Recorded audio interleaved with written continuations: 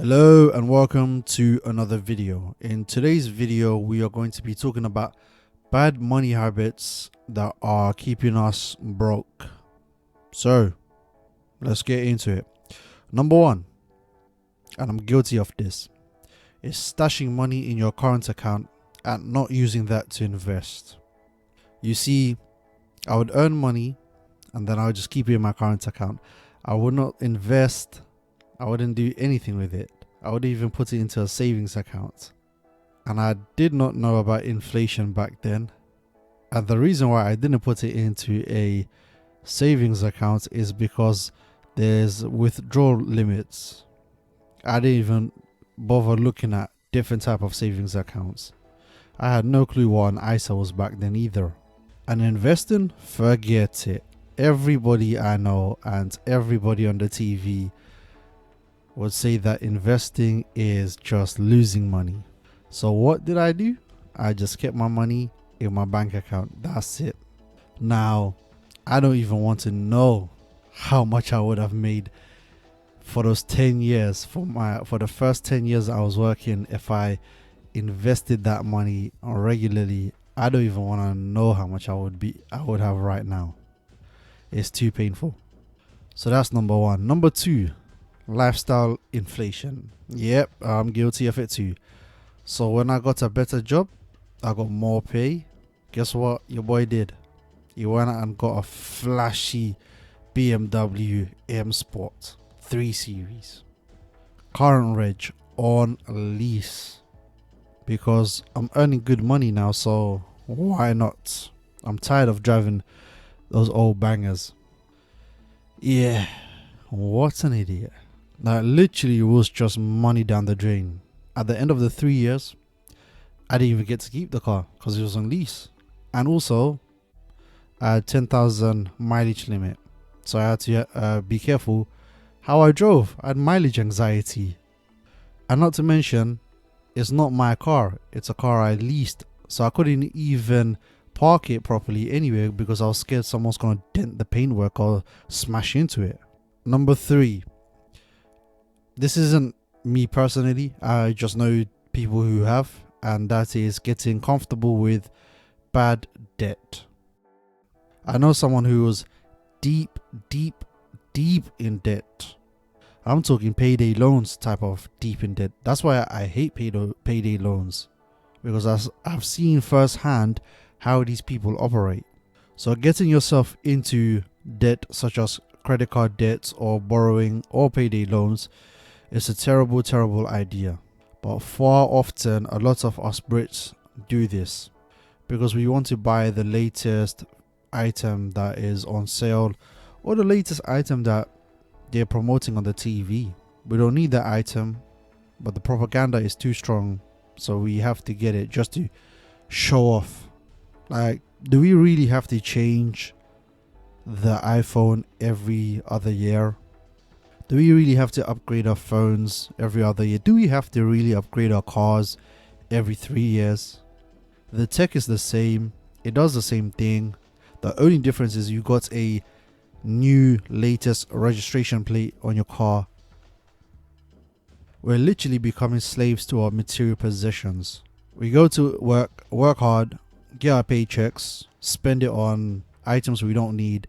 Every year the latest one comes out, which is more expensive, so we buy that one, meaning we're just in a forever cycle of debt, and we're using credit cards, loans to finance these items. It's not like we're buying it and using it and getting full value of it.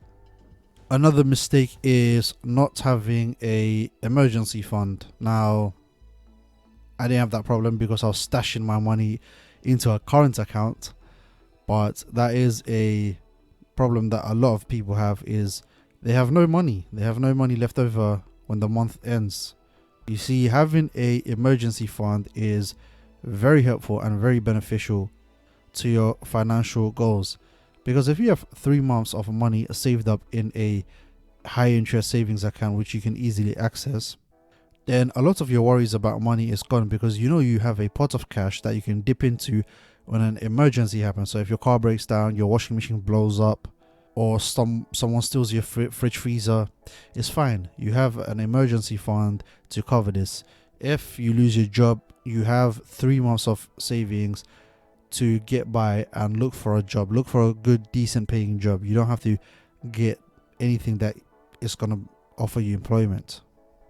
Another mistake people make is not knowing your income or expenses properly. So a lot of people get paid and then they get unpaid. That's it. If everything is subscription based, such as your gym, Netflix, your internet, HBO, your mobile contract, your car, talking about lease, and you have no idea how much you're spending per month, then how can you cut expenses and save? Also, it's not even the big expenses, it's the little ones that chip away at your pile of money. It's a £10 every day that's gone. The £10 on, for example, the £5 on coffee, the £10 on snacks. It's those little bills that add up, and by the end of the month you have this one massive bill. And when I mean bill, I mean the amount of money that you've spent for that entire month. So if you can get a grip on your spending, find out where your money is going, cut out the unnecessary things that you don't need, then you can create a plan to save a lot of money, which you can then use for an emergency fund. And once you've got that, start investing, start putting money into the markets, start making your money work for you. Another thing is having expensive hobbies. So one of my friends, he loves cars and he's into track days, but the amount of money he's spending on track days is eye-watering. I'm like, I understand you love cars, you can drive them on normal country roads, no? And occasionally go to a track day and have fun, but every other week? And there's a lot of people like my friend who have expensive hobbies, such as retail therapy. Some women, and there are men, but let's be honest, it's mostly women, love shopping. There are a lot of people with a lot of expensive hobbies, such as retail therapy, shopping, buying things you don't need because it makes you feel good. Not sure how spending money makes you feel good, but each to their own, I guess. Track days, driving around fast cars, hiring out supercars, skiing, smoking cigarettes. Yeah, listen, smoking cigarettes is an expensive hobby. It literally does nothing for you. It's just money down the drain. And another mistake I see people making is purely focusing on just saving.